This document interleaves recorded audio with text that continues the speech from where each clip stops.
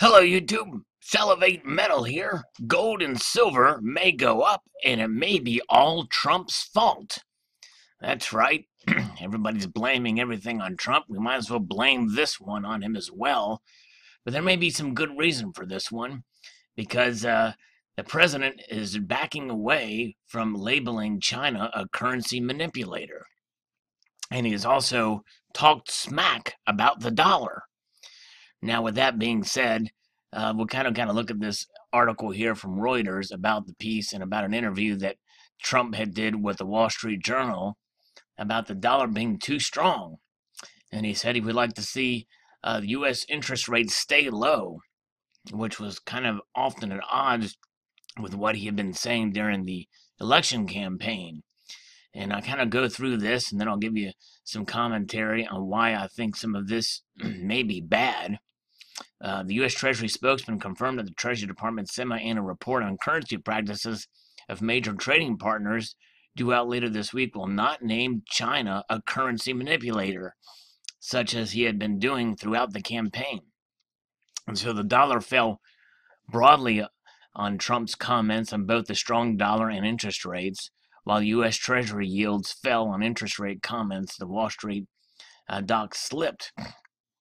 Trump comments broke a long-standing practice of both U.S. Democratic and Republican administrations of refraining from commenting on policies set by the independent Federal Reserve, which of course we know is not independent at all. It is also highly unusual for a president to address the dollar's value, which is a subject usually left to the U.S. Treasury Secretary. And so Trump, again, said they are not currency manipulators. And it's about face talking about that they're saying that they've not been manipulating its yuan for months because taking the step now could jeopardize his talks with Beijing on confronting the threat from North Korea. And so this sort of is showing Trump's cards as negotiating tactics, in my view. And but at what cost? Because yeah, sometimes the dollar could be too strong. I guess one could say that's the case, or could be the case, and there's other times where it could be too weak. But really, the issue is volatility, and Ted Cruz had addressed that during his campaign as probably one of the most articulated candidates to talk about such issues. Is it saying that we need a stable dollar? And so, yes, we do need a stable and strong dollar, but not too strong and not too weak. And whereas Trump is commenting on it, saying that it's too strong. And let's see here. And we'll talk about North Korea in a minute, but essentially, with China and the United States last branded China a currency manipulator during the Clinton administration in '94. Under U.S. law, labeling a country as a currency manipulator can trigger an investigation and negotiations on tariffs and trade. Senate Democratic leader Chuck Schumer said in a statement that Trump's decision to break his campaign promise on China was symptomatic of a lack of real tough action on trade against Beijing. He went on to say the best way to get China to cooperate with North Korea is to be tough on them with trade, which is the number one thing China's government cares about. And you know what?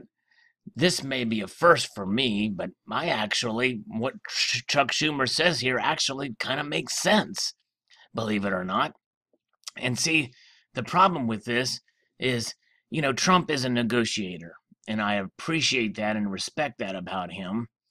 But what is he negotiating away? And who knows what China is doing behind the scenes? My feeling is that they're probably still manipulating or doing some things. I mean, you got to think about it. They are now a part of the IMF breadbasket of currencies. The renminbi is now a part of that.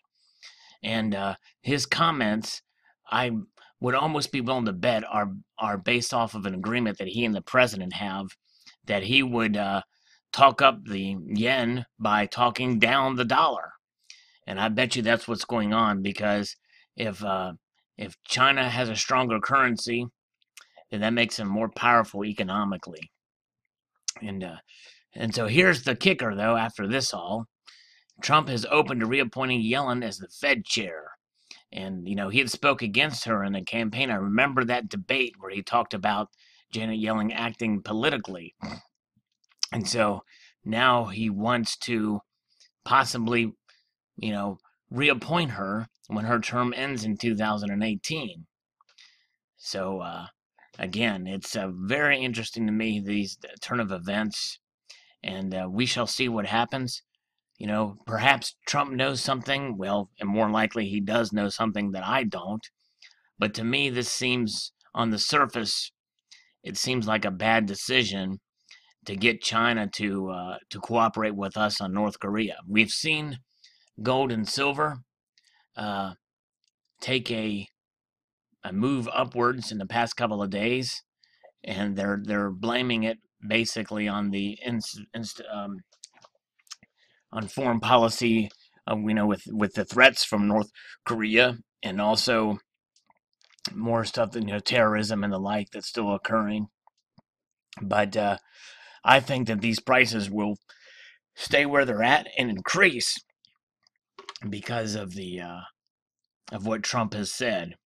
And if he has this deal with the president of China on this dollar situation, and who knows what could happen, and the dollar could go the other way and be a bad news for the dollar, which means that the precious metals will go up, but also means that probably everything else will go up, because you got to think about it too. We have a lot of money that has been printed, and it's overseas now. If the dollar loses too much value, a lot of those dollars are going to come back to the United States and flood the market, which is going to cause hyperinflation. So he's treading lightly there with his statements, and I just hope he knows what he's doing. Gold and silver and platinum are going up, and I believe they will continue to go up. So post your thoughts below on this situation, where you thinks the gold and silver will go, and what do you think about those comments and the latest developments there? I'd like to extend the multitude of gratitude to you all for watching, and encourage you to please rate, comment, and subscribe.